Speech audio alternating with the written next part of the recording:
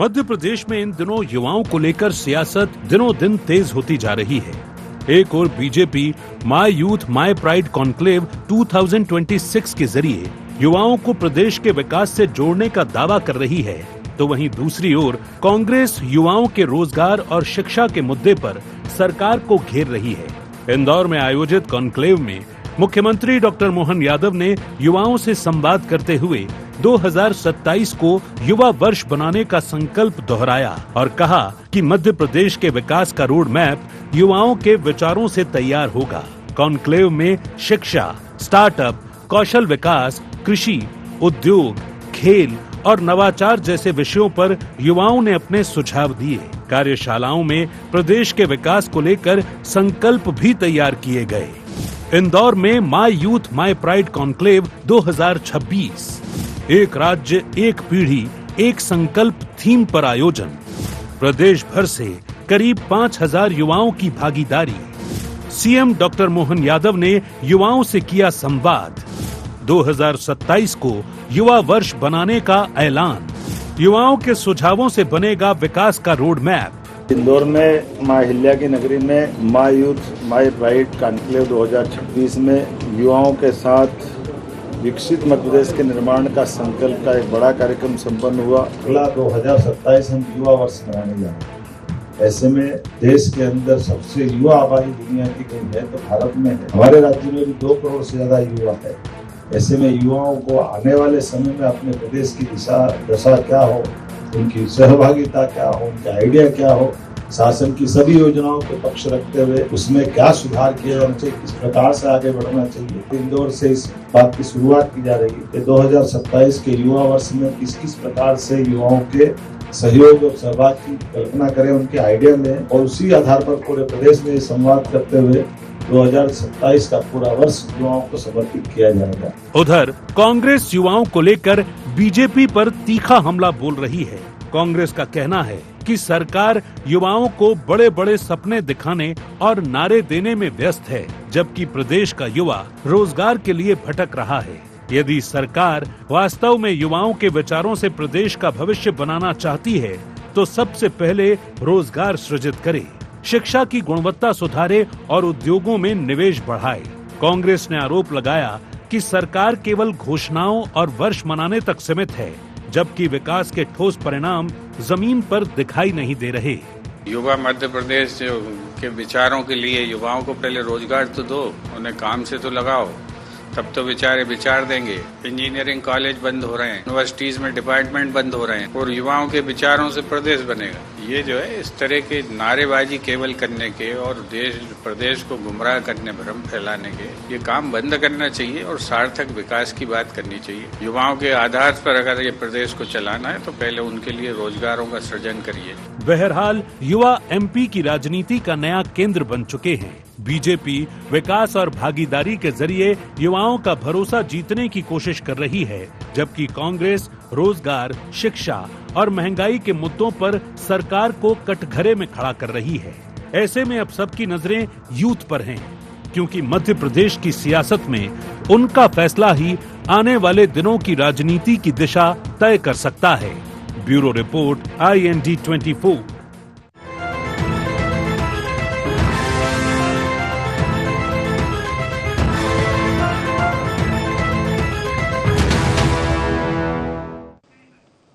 नमस्कार, IND agenda युवाओं पर दाव में आप सभी का स्वागत है। मैं हूं आपके साथ दिव्यांशु जोशी। चर्चा को देंगे विस्तार, लेकिन उससे पहले नजर डालते हैं क्या हैं आज के एजेंडा पॉइंट्स।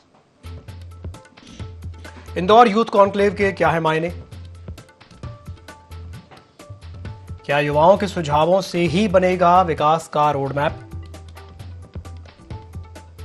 रोजगार को लेकर कांग्रेस के आरोपों में कितना दम, बीजेपी क्यों बता रही इसे युवा सशक्तिकरण की पहल। तो मध्य प्रदेश में इन दिनों युवाओं को लेकर के सियासत तेज होती जा रही है। एक और Bharatiya Janata party my youth my pride conclave 2026 के जरिए युवाओं को प्रदेश के विकास से जोड़ने का दावा कर रही है, तो दूसरी ओर कांग्रेस युवाओं के रोजगार और शिक्षा के मुद्दे पर सरकार को घेर रही है। और आज इसी विषय को लेकर के हम चर्चा करेंगे। कुछ खास मेहमान हमारे साथ चर्चा में शामिल हो रहे हैं, आपका परिचय करा देते हैं। हमारे साथ चर्चा में जुड़ रहे हैं पवन पटेल जी, सचिव हैं मध्य प्रदेश कांग्रेस के। पवन जी, स्वागत है आपका ID24 में। हमारे साथ जुड़ रहे हैं Mahesh Sharma ji, media panelist Madhya Pradesh Bharatiya Janata party के। महेश जी, आपका भी स्वागत है ID24 में।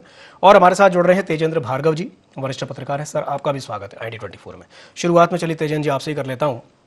ये जो कॉन्क्लेव हुई है और अब इसे लेकर के भारतीय जनता पार्टी के अपने दावे हैं अलग, लेकिन कांग्रेस का भी कहना मैं समझता हूँ कि गलत नहीं है। वो जो बात अभी हम जैसे सुन रहे थे, भूपेंद्र जी जो कह रहे थे कि भाई पहले युवाओं को रोजगार तो हम दे दें, क्योंकि मध्य प्रदेश से आज भी पलायन तो होता है। युवा दूसरे राज्य जा रहे हैं, चाहे बेंगलोर जा रहे हों, चाहे हैदराबाद जा रहे हों, चाहे पुणे जा रहे हों या दिल्ली, नोएडा, गुड़गांव की ओर रुख कर रहे हों। रोजगार को लेकर के मध्य प्रदेश की स्थिति मैं समझता हूं कि उतनी अच्छी नहीं दिखाई देती जितनी अन्य प्रदेशों की दिखाई देती, जैसे गुजरात की बात करें या दक्षिण के राज्यों की बात करें। आप इसे कैसे देखते हैं, क्या कहेंगे sir? My youth my pride conclave 2026 का आयोजन सरकार का एक बहुत सकारात्मक प्रयास है और ऐसे आयोजन निरंतर होते रहने चाहिए। यह भी मानना पड़ेगा कि बेरोजगारी लगातार बढ़ रही है, रोजगार परक शिक्षा का अभाव है और वैसी सुविधाएं हमारे प्रदेश में नहीं है जैसी कि अन्य प्रदेशों में है। शिक्षा के क्षेत्र में, खेल के क्षेत्र में, कृषि के क्षेत्र में, खाद्य प्रसंस्करण के क्षेत्र में बहुत कुछ ऐसा है जो बड़ी आसानी से किया जा सकता है, परंतु कहीं ना कहीं सिस्टम की अटकाने और लटकाने की जो प्रवृत्ति है उसकी वजह से भी कहीं ना कहीं बेरोजगारी बढ़ रही है। मेरा मानना है कि हम जैसे कोई युवा स्नातक करता है, स्नातकोत्तर करता है, फिर हम उसके रोजगार की चिंता करते हैं। हमें उसके रोजगार की चिंता 6th क्लास से ही करनी चाहिए। 6th क्लास के साथ ही हम कोई ना कोई ऐसा, जैसे ITI में ट्रेड होते हैं, छोटे छोटे ट्रेड होते हैं, एक साल 6 महीने के कोर्स होते हैं, तो हम चाहें तो 6th क्लास से एक ट्रेड को स्टार्ट करें और 8th तक आते आते वो एक उसका हुनर उसको वहां मिल जाए। फिर 8th to 10th हम एक नया हुनर उसको दे दें और 10th to 12th हम उसको एक नया हुनर दे दें। तो यदि हम बच्चे को वहीं से कैप्चर करें, वहीं से रोजगार परक शिक्षा दें, तो कहीं ना कहीं हम इस बेरोजगारी की समस्या से निजात पा सकते हैं। अच्छा सर, और जी मैं आपको बीच में थोड़ा रोकना चाहूँगा, माफ़ी चाहूँगा उसके लिए। बट आपने जैसे कहा ना कि 6th क्लास से ही हमें बच्चों को तैयार करना पड़ेगा या 8th से 10th, आपने एक बड़ा अच्छा सुझाव दिया है। लेकिन रियलिटी जब ये होती है कि जैसे बच्चा कॉलेज में पहुँचता है, ग्रेजुएशन करता है, और ग्रेजुएशन के बाद जब वो HR के दरवाजे पे दस्तक देता है जॉब करने के लिए, जब कॉर्पोरेट में जाता है, तो पता है उसको क्या बोला जाता है? उसको ये बोला जाता है कि आप जो पढ़ के आए हो वो हमारे किसी काम का नहीं। यानी कि एक गैप है एजुकेशन में और कॉर्पोरेट्स की जो रिक्वायरमेंट है, वो कहीं ना कहीं एक गैप दिखाई देता है। वो बात आपने बिल्कुल सही कही कि अगर शुरुआत से ही, मतलब थोड़ा पहले से अगर 6th क्लास से ही बच्चे को अगर दिया जाएगा तो ये काफी अच्छा कहा जा सकता है सर। और निसंदेह हमें और छोटे छोटे क्षेत्रों में भी देखना होगा। जैसे हम देखते हैं ग्रामीण क्षेत्रों में, हम किसी गांव में जाते हैं तो वहाँ आलू की पैदावार ज़्यादा होती है, किसी गांव में जाते हैं वहाँ टमाटर की पैदावार ज़्यादा होती है। तो हम क्यों ना कुछ ऐसा करें, जिस गांव में आलू की पैदावार ज़्यादा होती है वहाँ चिप्स बनाने की फैक्ट्री डाली जाए, जहाँ टमाटर ज़्यादा पैदा होते हैं टमाटर सॉस बनाने की फैक्ट्री डाली जाए। हम देखते हैं कि जो किसान पैदा करता है, टमाटर हो, आलू या अन्य सब्जियाँ हों, फ्रूट्स हों, उससे व्यापारी बहुत सस्ते दाम में ले लेता है और उसी को व्यापारी मार्केट में महंगे दाम में बेच देता है, जबकि किसान लंबे समय तक मेहनत करता है, जब उसकी फसल को वो पाता है। तो हमें कहीं ना कहीं जिस क्षेत्र में जिस चीज का उत्पादन ज्यादा है, हमें वहीं उसकी प्रोसेसिंग करनी होगी।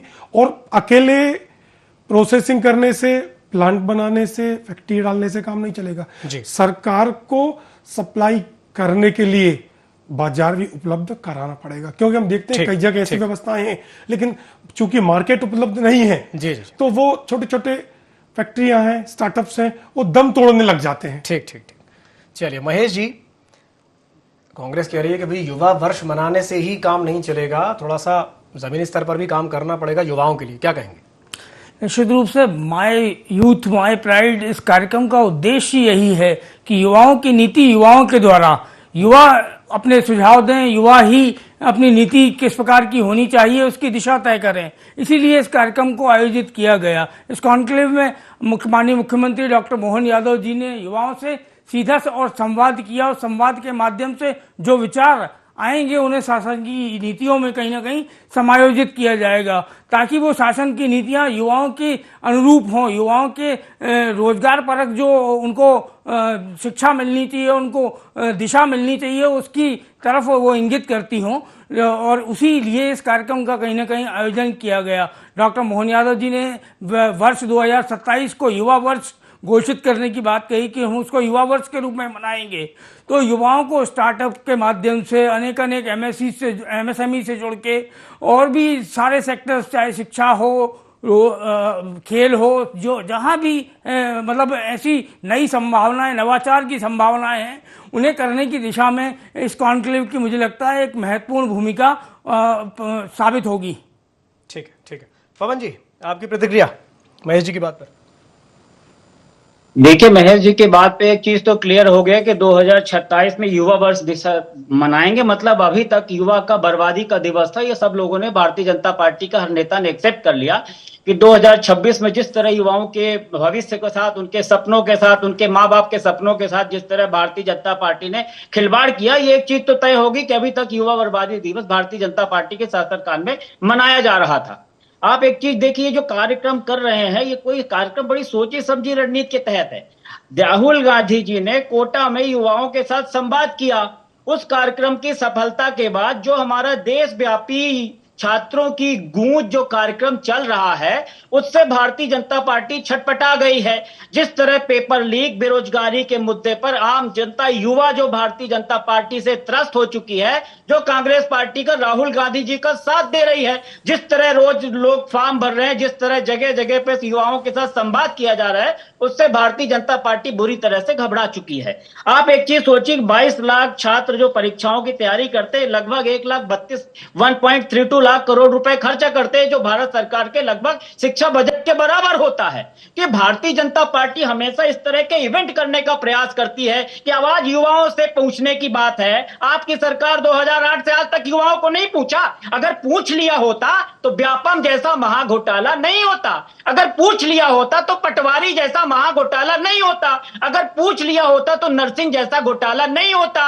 अगर आपके देशव्यापी लेवल पे अगर इसी तरह का पूछ लिया होता तो नेट के पेपर इस तरह, जिस तरह लीक हो रहे हैं, एक के बाद दूसरा पेपर, दूसरे के बाद तीसरा पेपर, पेपरों की लूट की, पेपरों की फेल होने की लाइन लगी हुई, तो वो नहीं होता। तो भारतीय जनता पार्टी के कथनी और करनी को युवा अच्छी तरह से समझ चुका है। हम कांग्रेस पार्टी के लोग हैं और भारतीय जनता पार्टी के साथ कोई तुलना ही नहीं हो सकती है। हमारा इतिहास गवाह है। हमारे देश के प्रधानमंत्री आदरणीय राजीव गांधी जी ने युवाओं को मत देने का सबसे बड़ा अधिकार जो होता है, युवाओं को मत देने का अधिकार दिया। टेक्नोलॉजी को लेके आए, कंप्यूटर ले आए, तो कंप्यूटर का उस समय विरोध करते थे भारतीय जनता पार्टी के लोग। पूरी दुनिया के सामने खुली किताब है। तो इनका इंटेंशन युवाओं को रोजगार से जोड़ने का नहीं है। इनका इंटेंशन है, जो कांग्रेस पार्टी और राहुल गांधी जी की मुहिम छात्रों की गूंज है, उसके जो माहौल है, उस माहौल को डाइवर्ट करने का प्रयास किया जा रहा है। इसके अलावा कुछ भी नहीं। हम कहते हैं, हम स्वागत करेंगे भारतीय जनता पार्टी को,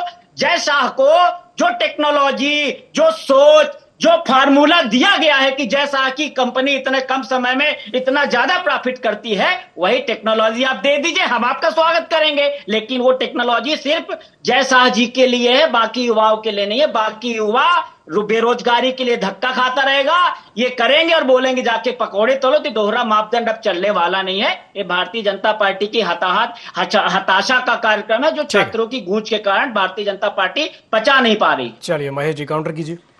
प्रदीप पटेल जी ने बड़ी अच्छी बात कही और लंबी चौड़ी बात में वो एक चीज भूल गए कि कमलनाथ जी की सरकार में उनको 15 महीने युवाओं के लिए कुछ करने का जब अवसर मिला था, तब इन्होंने कहा था कि हम बेरोजगारी भत्ता देंगे 4-4 हजार रुपए। तब इन्होंने कहा था कि हम युवाओं को ट्रेनिंग देंगे, और ट्रेनिंग किस बात की देंगे? सांप पकड़ने की ट्रेनिंग देंगे। उनके हाथ में बीन थमाने का इनका विजन था। तो इसके साथ ही इन्होंने कहा था पशु चराने की ट्रेनिंग देंगे, तो इनके हाथ में हम डंडा देंगे ताकि ये पशु चराने की ट्रेनिंग कर सकें। ये इनका विजन है। माननीय प्रधानमंत्री के नेतृत्व में भारतीय जनता पार्टी की सरकार विकसित भारत 2047 की बात कर रही है। निश्चित रूप से उसी दिशा में इस प्रकार के जो कॉन्क्लेव हैं, वो कहीं ना कहीं एक एक मोती की तरह माला सजोने का काम कर रहे हैं। माननीय प्रधानमंत्री नरेंद्र मोदी जी, माननीय मुख्यमंत्री डॉक्टर मोहन यादव जी, इन्होंने युवाओं के लिए जो काम किया है, जो नीतियां बनाई हैं, उसके माध्यम से न सिर्फ रोजगार मिल रहा है, भारतीय जनता पार्टी की सरकार युवा हो, किसान हो, महिला हो, गरीब हो, हर वर्ग की चिंता करने का काम करती है।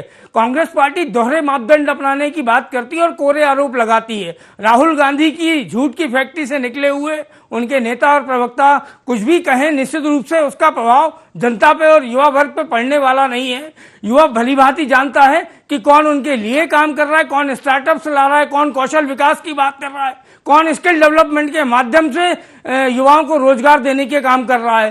तो ये युवा वर्ग भी भलीभांति जानता है। कांग्रेस पार्टी केवल कोरे आरोप लगाती है, झूठ बोलती है, और जोर से झूठ बोलने से झूठ सच नहीं होता मेरे मित्र।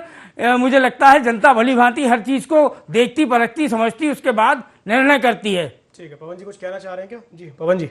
नहीं, कुछ क्या, देश तो देख रही, जनता देख रही, चंदा चोरों को देख रही है। 15 महीने की सरकार की बात कर रहे हैं, संविधान के खिलाफ जाके हिम्मत नहीं थी कि 15 महीने कमलनाथ के काम को देख लिया, इसलिए हटा दिया। 5 साल कमलनाथ काम कर लेते, हो जाती। बीच में नहीं, गलत बात बीच में नहीं, ठीक है। तो ये 2045 जिस विषय पे आप बात कर रहे हैं, भाई साहब सुनो, सुनने का मादा रखो यार।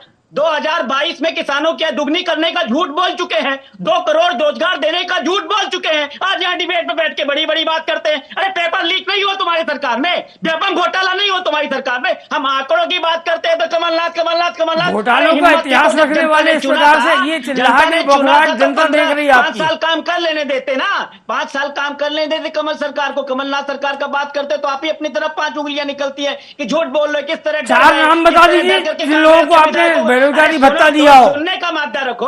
किस तरह 4 नाम बताइए जनता को, युवाओं को बताइए 4 नाम। किस तरह कांग्रेस के विधायकों को खरीद फरोख्त किया, किस तरह आपके गोपाल भार्गव की कोई औकात नहीं बची है। किसान को लूटा, युवा को लूटा, 2 लाख के कर्जे माफी के नाम पर। कांग्रेस लोगों को, कांग्रेसियों को क्यों लेते हो? आपकी नीतियां इतनी अच्छी है, कार्यकर्ता इतने अच्छे हैं, तो कांग्रेस के लोगों को क्यों अपने साथ शामिल करते हो? क्यों नरोत्तम मिश्रा का टिकट आप प्रताड़ित कर रहे हैं भैया, प्रताड़ित आप कर रहे हैं कांग्रेस के नेता और कार्यकर्ताओं को। तो क्या कांग्रेस के जो नेता आपसे प्रताड़ित हो रहे हैं, निश्चित रूप से हमारा दरवाजा खटखटाएंगे तो हम राजनीतिक दल हैं।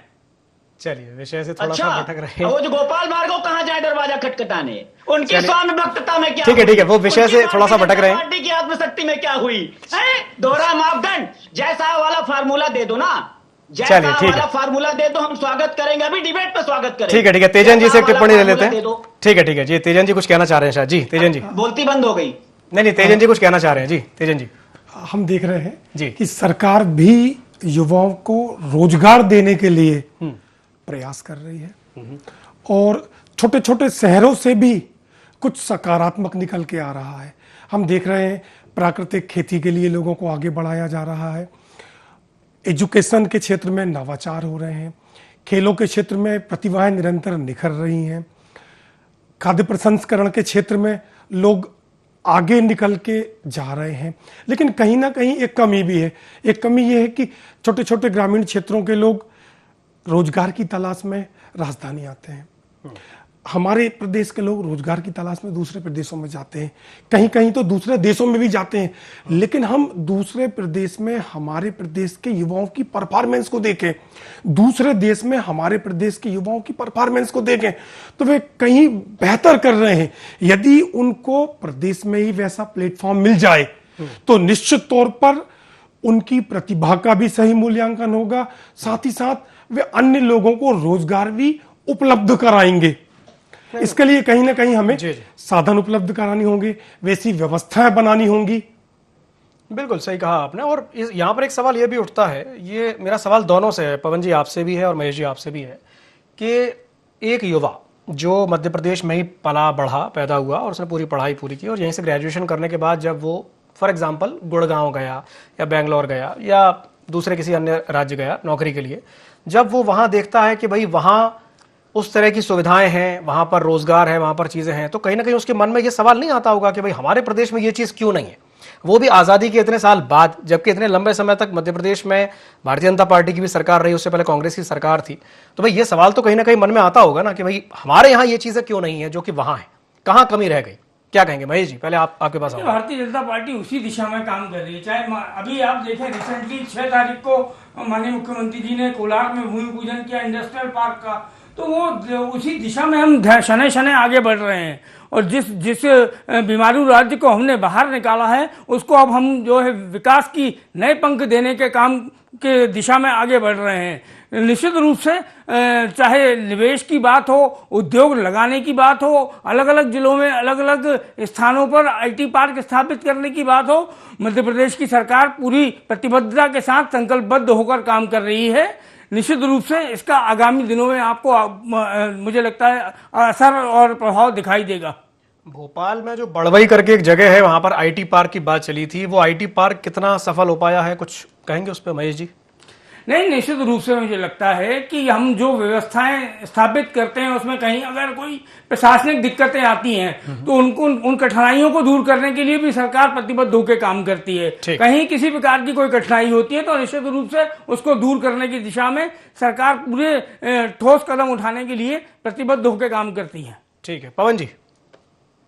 देखिए, कांग्रेस पार्टी के जो ये रोना रो रहे हैं, माननीय कमलनाथ जी के जितने दिन सरकारें थी, जितना उन्होंने इंडस्ट्रीज को डेवलपमेंट करने की जो पॉलिसी लाई थी, आपको भी याद होगा कई बार डिबेट अपनी हो चुकी है कि 70% रोजगार हम स्थानीय लोगों को देंगे, बाहर के लोगों को आयातित नहीं करेंगे। कई सारी पॉलिसी है, right to education, right to रोजगार का और जो नियम और कानून कांग्रेस पार्टी लेकर के आई थी। भारतीय जनता पार्टी के बतौलिए आंकड़ों पर कभी बात करने की किसी भारतीय जनता पार्टी के नेता में हिम्मत नहीं है। हम कहते हैं कि हम स्वागत करेंगे, मोदी जी ने बड़े बड़े बातों से किया था कि हमारे साल 2 करोड़ रोजगार देंगे। अब रोजगार का मतलब जब विपक्ष और युवा जाके रोजगार मांगने गया तो कहते जाके पकौड़े तलो। अब पकौड़े तलने को रोजगार की क्राइटेरिया में आम जनता की रोजगार की क्राइटेरिया पकौड़े तलना है। और जैसा है कि रोजगार की कैटेगरी क्या है, हम कहते हैं एक ही कैटेगरी पे पैमाने पे मापो ना, तो ये बस इधर उधर की बात करने का प्रयास करेंगे। कांग्रेस पार्टी से भारतीय जनता पार्टी की कोई तुलना हो ही नहीं सकती। इसे बतौले हमने कहा कि 2022 में आपने विजन बताया था कि किसानों की आय दुगनी हो जाएगी, क्यों नहीं हुई बता दीजिए भैया। एक मुद्दा नहीं है जो भारतीय जनता पार्टी किसी पे बात कर सके। ये हमेशा एक नवाचार करते हैं। अभी कुछ दिन पहले किसानों के लिए नवाचार किया था कि उनकी आय दुगनी हो जाएगी। किसान की अभी कुछ दिन एनसीआरबी की रिपोर्ट थी कि 27 रुपए प्रतिदिन किसानों की आय है। बेरोजगारी पे अभी कल परसों ही डाटा पढ़ रहा था कि बेरोजगारी में सबसे खतरनाक स्तर पे अपना देश चल रहा है। लेकिन हमें बतौलेबाजी करना है, हमें जनता सरकार के टैक्स का पैसा का खोखलेबाजी करना है। हम कहते हैं तेजेंद्र जी आप भी बताइए, कम से कम आप तो इनसे पूछ सकते हैं। हमको तो कांग्रेस का ठप्पा लगा देंगे कि भाई पेपर लीक हुआ है कि कोई गरीब व्यक्ति है, अगर 1 साल तक मेहनत करता है, मजदूरी करता है, अपने बच्चे को पढ़ाता है और पेपर लीक कर देते हो तुम लोग। यार आप लोग को शर्म आनी चाहिए कि युवाओं के भविष्य के साथ खिलवाड़ करने में नंबर 1 की पार्टी भारतीय जनता पार्टी है। और किसी भी कारण से आधे मिनट 1 मिनट लेट हो जाएगा तो उसको अंदर नहीं जाने देते। अरे ऐसा कुछ नियम बनाओ ना यार कि अगर उसमें काबिलियत होगी तो भाई आधे घंटे बाद जाएगा तो उसका आधा घंटा कम होगा ना। कम से कम उस गरीब बाप के पूरे परिवार का सपना तो नहीं टूटेगा। व्यापम का क्या हुआ आज तक पता नहीं चला, कितने लोगों के मुंह से झाग निकल गया, कितने लोग मर गए पता ही नहीं चला। चलिए प्रतिक्रिया देते हैं। ठीक है, चलती है। ठीक महेश जी। जो है ना तमाम सीसीटीवी, मैं ये कहता हूं भारतीय जनता पार्टी को मैं चैलेंज करता हूं, मुझे झूठ के पांव नहीं होते। हर जगह इतने सीसीटीवी कैमरे लगे होते हैं, आप 1 मिनट में पता करिए, इतना लिंगर ऑन जांच करते रहेंगे, फिर टाटा फिर लेके आ जाएंगे युवाओं। ठीक महेश जी जवाब दीजिए। दिव्यांशी जी, झूठ के पांव नहीं होते। कांग्रेस पार्टी केवल आरोप लगाती है। एक सकारात्मक विपक्ष होना चाहिए लोकतंत्र में। अगर इतना ही सकारात्मक इनका रवैया होता तो ये इंदौर में जाते, कहते युवा इनके युवक कांग्रेस के, इनके एनएसयूआई के लोग कि हम भी सुझाव देना चाहते हैं। लेकिन ये सकारात्मक विपक्ष नहीं है, ये नकारात्मक विपक्ष है। ये केवल झूठ बोलो, लगातार बोलो, तो ये भी कर रहे हैं। पेपर लीक वाली बात जो कह रहे हैं, पेपर लीक तो हुए है ना, इससे तो इनकार नहीं किया जा सकता ना। युवाओं को जोड़ने का, युवाओं को कहीं ना कहीं रोजगार परक कार्यक्रम देने का काम करती है, तो कांग्रेस के मन में भय होता है कि युवा इनके साथ जुड़ेगा तो भारतीय जनता पार्टी मजबूत होगी। कहीं ना कहीं ये जो हर चीज को राजनीति के चश्मे से देखने वाले लोग हैं, वो के अलावा इन्होंने युवाओं को, किसान को, नौजवान को कुछ नहीं समझा। केवल झूठ बोलो, जोर से बोलो, जोर से बोलने से कोटा झूठ सुनेंगे नहीं। एक मिनट महेश जी, एक बात बताइए, नहीं होता आपकी सरकार के समय महेश जी, अरे महेश जी नहीं, हिम्मत जवाब देने की हिम्मत नहीं है। ठीक है। ये राहुल गांधी की फैक्ट्री का झूठ यहाँ चलेगा नहीं। अरे राहुल गांधी की तुम्हारी जातिगत जनगणना किससे करवाया, तीनों काले कानून किससे, एक मिनट पवन जी, एक मिनट महेश जी, मुझे एक बात बता दीजिए, आपकी सरकार में क्या पेपर लीक नहीं हुए हैं? नीट पेपर लीक नहीं हुआ है? क्योंकि पेपर लीक तो हुआ, जो गड़बड़ियां आई उनको पकड़ने का काम भी अरे हुए हैं कि नहीं बताओ ना, उनको दंडित करने का काम भी हमारी सरकार ने किया है। जहां कोई यदि कानून तोड़ता है तो भारतीय जनता पार्टी की सरकार, चाहे केंद्र की हो या प्रदेश की, ठीक है, कानून तोड़ने वाले को चलिए समय नहीं जाएगा। ठीक है, समय की बात कर रहे हैं, कोटा जाने की हिम्मत थी, कोटा गए थे छात्रों की एक गूंज में, कोई बात नहीं। चलिए ठीक है, तेजन जी, अंतिम टिप्पणी। ये बौखलाहट, चलिए समय की कमी है, पवन जी समय की कमी है, ठीक है पवन जी, ठीक है पवन जी, समय की कमी। तेजन जी, एक अंतिम टिप्पणी हो जाए आपसे, चर्चा समाप्त करेंगे। ये कहना चाहूंगा कि वर्तमान में जैसे भोपाल में ग्लोबल स्किल पार्क की स्थापना हुई है, ये बहुत अच्छा प्रयास है।